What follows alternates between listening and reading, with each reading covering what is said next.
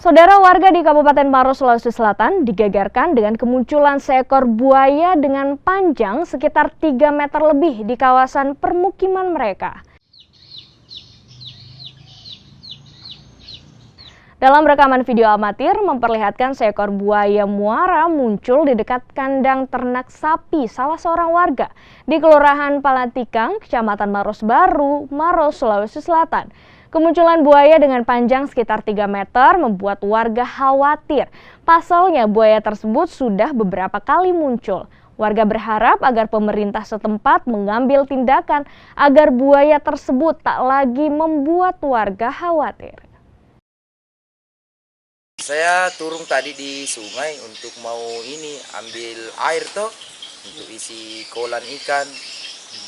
Kaget karena dekat sekali dari buaya ini, dekat dari saya. Boleh dikata 1 meter lah. Tapi dia tidak ganggu juga, ndak diam saja begitu. Diam juga. Tapi khawatir juga Pak ya keberadaan buaya itu? Ya khawatir lah karena sudah dekat sekali dari kandang sapi. Oh gitu. Jangan sampai ini Pak ya, menerkam.